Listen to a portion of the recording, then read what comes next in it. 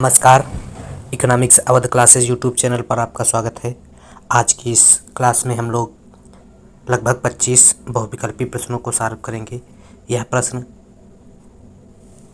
आगामी शिक्षक भर्ती परीक्षा के लिए महत्वपूर्ण है तथा रिवीजन के उद्देश्य से भी महत्वपूर्ण है।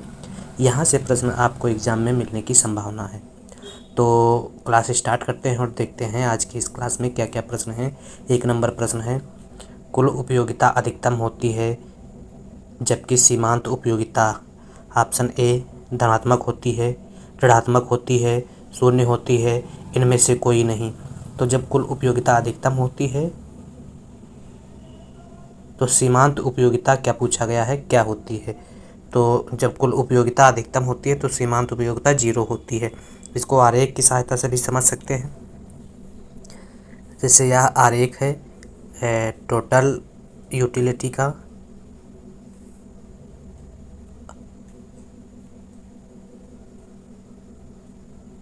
और यह आरेख कह सकते हैं मार्जिनल यूटिलिटी का है।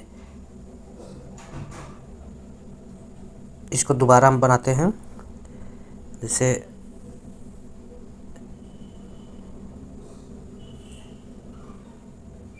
यह आरेख जो है टोटल यूटिलिटी का है और यह मार्जिनल यूटिलिटी का है।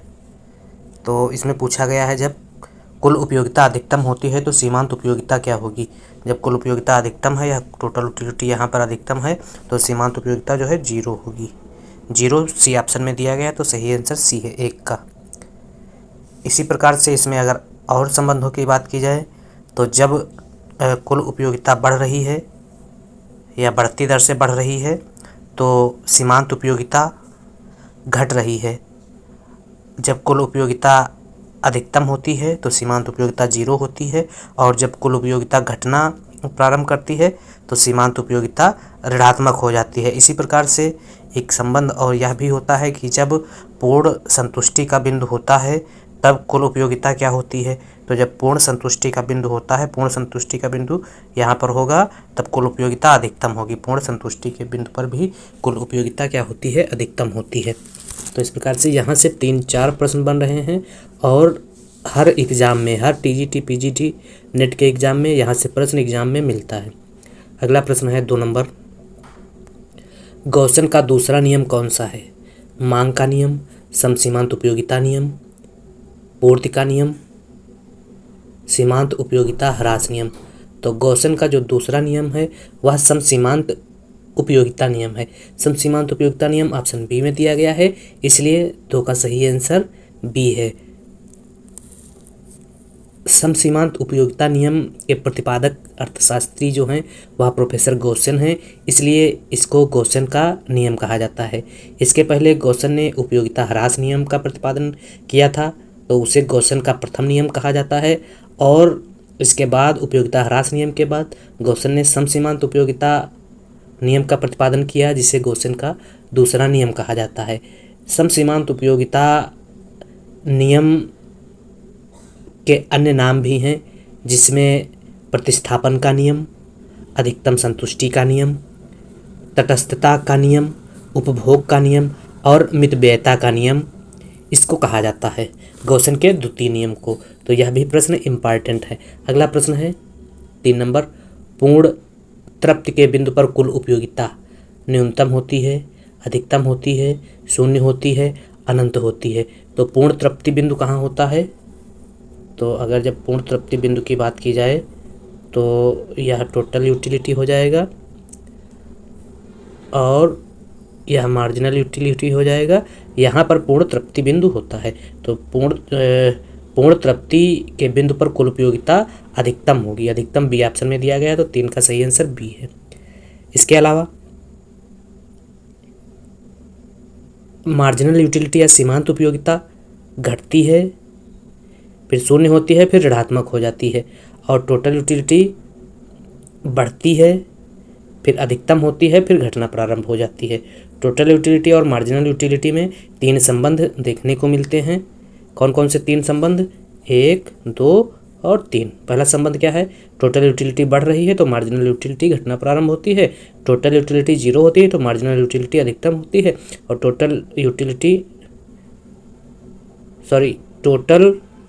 यूटिलिटी अधिकतम होती है तो मार्जिनल यूटिलिटी 0 होती है, और टोटल यूटिलिटी जब घटना प्रारंभ होती है या कुल उपयोगिता जब घटना प्रारंभ होती है तो सीमांत उपयोगिता क्या होती है, सीमांत उपयोगिता ऋणात्मक हो जाती है।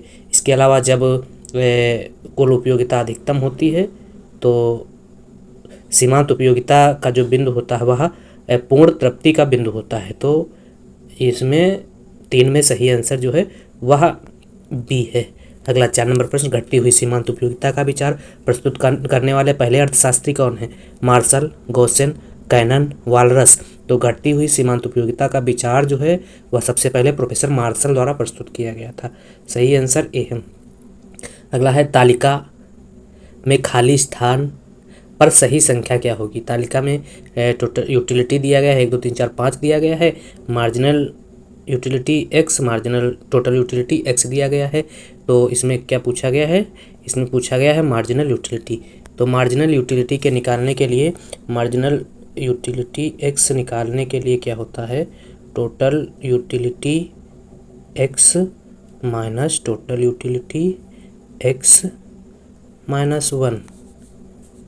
तो टोटल यूटिलिटी x माइनस 1, तो यहाँ 30 माइनस 23, तो यहाँ हो जाएगा 7, यहाँ पे आ जाएगा 7।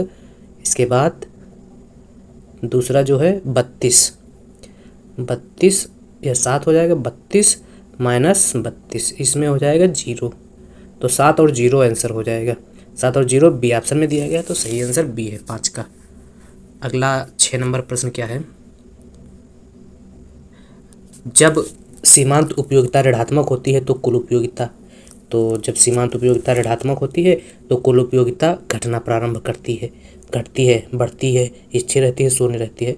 तो घटती है किसमें सही आंसर है, सी में, सी नंबर ऑप्शन में दिया गया है। 6 का सही आंसर सी है। अगला है, हीरे का मूल्य अधिक होता है क्योंकि उसकी सीमांत उपयोगिता अधिक होती है, सीमांत उपयोगिता कम होती है, सीमांत उपयोगिता शून्य होती है, कुल उपयोगिता अधिक होती है। तो हीरे का मूल्य अधिक होता है क्योंकि इसकी सीमांत उपयोगिता जो है वह अधिक होती है। हीरा और जल विरोधाभास की समस्या जो है एडम स्मिथ द्वारा देते हैं और इस समस्या का समाधान प्रोफेसर मार्शल द्वारा किया जाता है।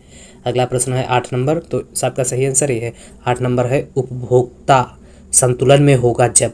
तो उपभोक्ता जब संतुलन में होता है जब मार्जिनल यूटिलिटी x अपान पी एक्स बराबर मार्जिनल यूटिलिटी y अपान पी वाई और मार्जिनल यूटिलिटी z अपान पी जेड, अर्थात सी ऑप्शन में दिया गया। 8 का सही आंसर सी है। अगला 9 नंबर प्रश्न है, निम्न में पहले अर्थशास्त्री थे जिन्होंने समय तत्व को कीमत निर्धारण में सम्मिलित किया। कौन से अर्थशास्त्री पहले ऐसे अर्थशास्त्री हैं जिन्होंने समय तत्व को कीमत निर्धारण में सम्मिलित किया? तो मार्शल ऐसे अर्थशास्त्री हैं। ए सही है 9 का आंसर। अगला 10 नंबर प्रश्न में क्या पूछा गया है, यदि कोई संतुलन निश्चित समयावधि के बाद भंग हो जाए तो वह कहलाएगा स्थैतिक संतुलन, प्रावैगिक संतुलन, ए तथा बी दोनों, ना तो ए ना तो बी। तो यदि कोई संतुलन निश्चित समय अवधि के बाद जब भंग हो जाएगा तो उस संतुलन को प्रावैगिक संतुलन कहा जाता है। तो 10 का सही आंसर बी है, प्रावैगिक संतुलन। अगला 11 नंबर प्रश्न है, क्या है 11 नंबर प्रश्न,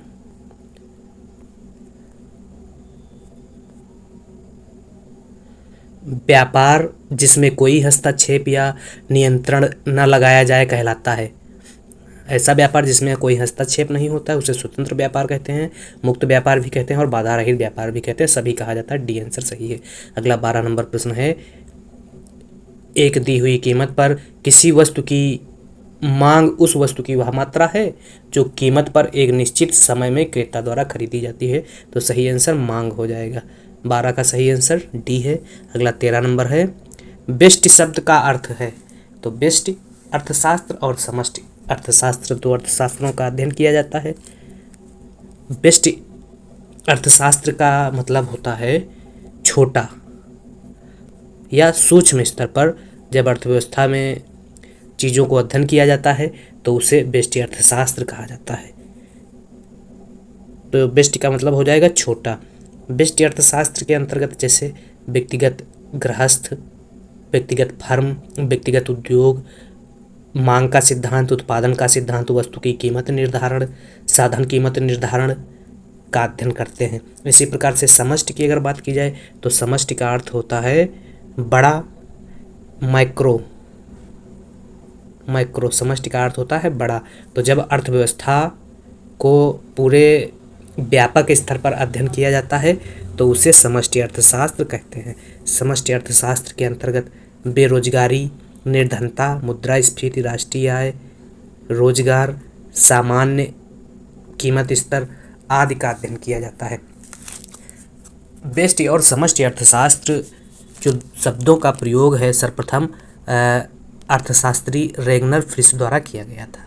तो व्यष्टि अर्थशास्त्र का जो अर्थ है वह छोटा है। अगर समष्टि अर्थशास्त्र का पूछा जाता तो बड़ा हो जाता। तो सही आंसर ए है 13 नंबर प्रश्न का। अगला है व्यष्टि एवं समष्टि अर्थशास्त्र का 1920 में सर्वप्रथम प्रयोग किया। तो व्यष्टि और समष्टि अर्थशास्त्र का प्रयोग 1920 में सर्वप्रथम रेगनर फ्रिश द्वारा किया गया था। तो 14 नंबर प्रश्न का सही आंसर सी है। अगला 15 नंबर प्रश्न है general theory of employment, interest and money पुस्तक के लेखक। तो general theory of employment, interest and money पुस्तक के लेखक प्रोफेसर केन्स है। ए सही है 15 नंबर प्रश्न में। अगला 16 नंबर प्रश्न क्या कह रहा है, अन्य बातें समान रहने पर जब केवल कीमत में कमी के कारण वस्तु की अधिक मात्रा खरीदी जाती है तो कहलाता है। कीमत में कमी के कारण जब वस्तु की अधिक मात्रा खरीदी जाती है तो उसे क्या कहते हैं। तो कीमत में कमी के कारण, यह आरेख है, इधर प्राइस है, इधर क्वांटिटी हो जाएगी। तो कीमत प्रारंभ में यह थी, मान लेते हैं 20 रुपये थी और तब मात्रा कितनी खरीदी जा रही थी, 5 इकाई मात्रा खरीदी जा रही थी। फिर कीमत घट के कितनी हो गई, 10 हो गई। तो मात्रा जो है खरीदी गई मात्रा बढ़ के 15 हो गई। तो इस प्रकार से इस स्थिति को क्या कहेंगे, ए से बी बिंदु की तरफ मांग वक्र पर उपभोक्ता जब जाएगा तो इसे मांग में विस्तार कहेंगे, मांग में विस्तार। तो सही आंसर सी है। अगला प्रश्न है निम्न चित्र में डी से D1 मांग वक्र का खिसकना कहलाता है। डी से, यह डी से है और डी से D1 की तरफ मांग वक्र जाता है। तो इसे क्या कह रहे हैं, तो इसको जो है मांग में वृद्धि कहा जाएगा, मांग में वृद्धि। तो 17 का सही आंसर ए है। अगला 18 नंबर प्रश्न है निम्न सारणी का अवलोकन करने पर प्राप्त होगा। तो सारणी का जब अवलोकन करेंगे तो क्या प्राप्त होगा, कीमत और मांग इकाई। कीमत जब 10 थी तो वस्तु की मांग जो है 25 इकाई की जाती थी, कीमत अभी स्थिर है तो वस्तु की मांग बढ़कर कितनी हो गई है, 30 इकाई हो गई है। तो ऐसी स्थिति को क्या कहते हैं, इसे मांग में वृद्धि ही कहा जाता है। मांग में वृद्धि ऑप्शन डी में दिया गया है। तो 18 का सही आंसर डी है। अगला 19 नंबर प्रश्न है 16वें वित्त आयोग के अध्यक्ष कौन थे, एन.के. सिंह, ए.के. सिंह, अरविंद पनगड़िया, वाई.बी. रेड्डी। तो 16वें वित्त आयोग के अध्यक्ष जो बनाए गए हैं वह डॉक्टर अरविंद पनगड़िया जी को बनाया गया है। सही आंसर सी है। अगला भारत के पहले वित्त आयोग के अध्यक्ष कौन थे, क्षितिज चंद्र नियोगी, के संथानम, ए.के. चंदा, पी.वी. राजा मन्नार। तो भारत में पहले वित्त आयोग के अध्यक्ष जो हैं क्षितिज चंद्र नियोगी थे। ए आंसर सही है। 20 का सही आंसर ए है। तो इस प्रकार से आज की इस क्लास में हम लोगों ने 20 बहुविकल्पी प्रश्नों को सॉल्व किया। यह प्रश्न आगामी जो शिक्षक भर्ती परीक्षा होने की संभावना की जा रही है उस परीक्षा के लिए महत्वपूर्ण है। यहाँ से प्रश्न एग्जाम में रिपीट हो सकते हैं।